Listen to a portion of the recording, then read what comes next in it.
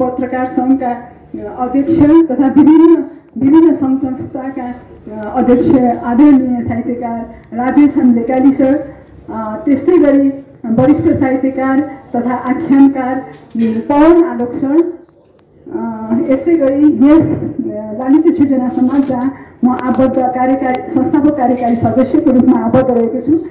यस संस्थाका संस्थापक अध्यक्ष बुद्धिमान महर्जन सर, त्यस्तै गरी अहिले मेरो जुन कार्यालयमा म कार्यरत छु, यस कार्यालय शहीद गङ्गालाल राष्ट्रिय हृदय केन्द्रका कार्यकारी निर्देशक सर प्राध्यापक डाक्टर रवि मल्ल सर चाहिँ कार्यव्यस्तताले भर्खर निस्किसक्नु भएको छ। त्यस्तै गरी यो कृति, यो जुन मेरो कृति रहेको छ काठको बाकस, आइसबक्स तथा अन्य सपनाहरू, यो कृति जन्मिनुमा भन्दा पनि यो कृति मैले धेरै ठुलो परिश्रम भन्दा पनि मलाई के लाग्दछ भने कविता भनेको मनको स्वस्फूर्त भाव हो, हृदयको आवाज हो, कविता भावनाको नदी हो, मनको किनारा हुँदै निरन्तर बगिरहने स्वच्छन्द अनि स्वतन्त्र भई।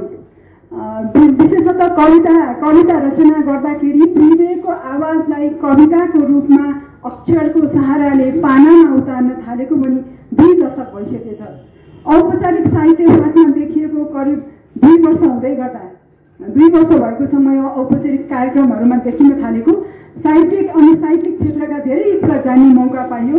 फरक धारको आफ्नो पेसामा व्यस्त हुँदै आफ्ना मनका भावलाई कागजका पानामा उतारेर डायरीमा थन्काउने म भुइँ मान्छेलाई नेपाली साहित्य क्षेत्रमा जोडाउनु हुने विभिन्न महानुभावप्रति नतमस्तक छु।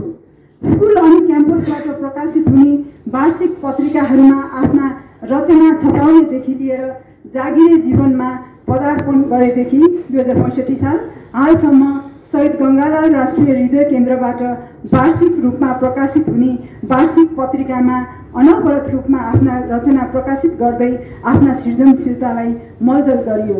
यो विद्यामानलाई थाहा छ, 65 सालदेखि अनवरत रूपमा वार्षिक पत्रिकामा मेरो कविता छुटेको छैन।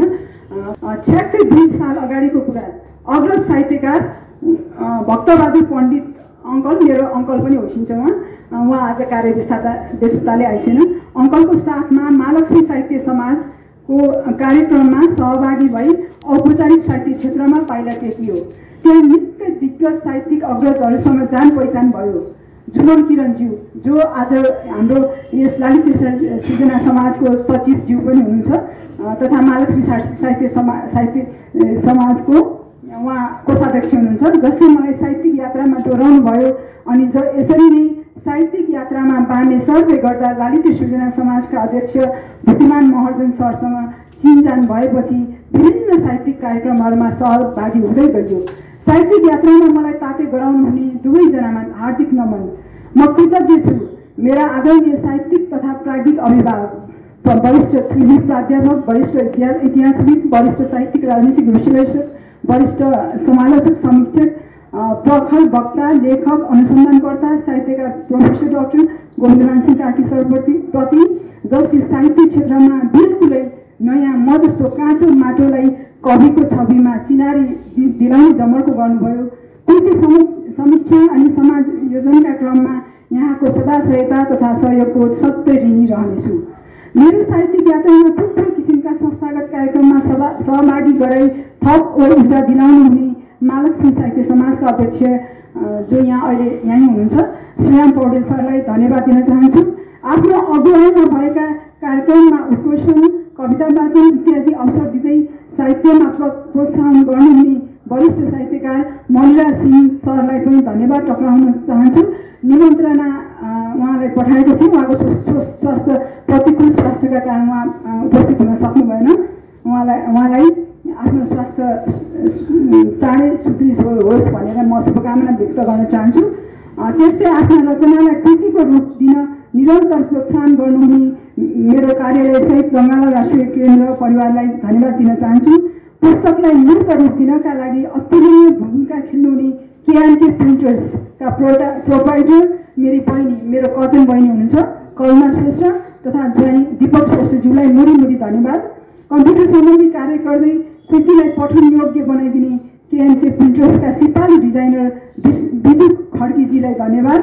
पहिलो चरणको कम्प्युटरको कामदेखि कृति प्रकाशनमा घचघचाइरहनु हुने मेरा आदरणीय श्रीमानज्यू नरेन्द्र महर्जनज्यूलाई धन्यवाद टक्राउन चाहन्छु। उहाँ अहिले कार्यव्यस्तताको कारणले गर्दाखेरि आउट अफ भ्याली हुनुहुन्छ, त्यही कारणले गर्दाखेरि उपस्थित हुन सक्नु भएन। म आभारी छु मेरा परिवारप्रति, विशेषतः मेरा छोराछोरी आइबी इमान महर्जन, जसले मेरो व्यस्ततामा सामञ्जस्यता देखाइरहे।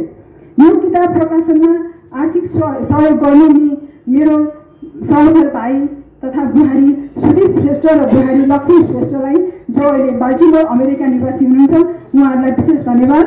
अन्त्यमा मेरो साहित्यिक यात्रामा मलजल गर्न उदाहरणीय भूमिका खेल्ने ललित सृजना समाज र महालक्ष्मी साहित्य समाज परिवारलाई आभार व्यक्त गर्दछु।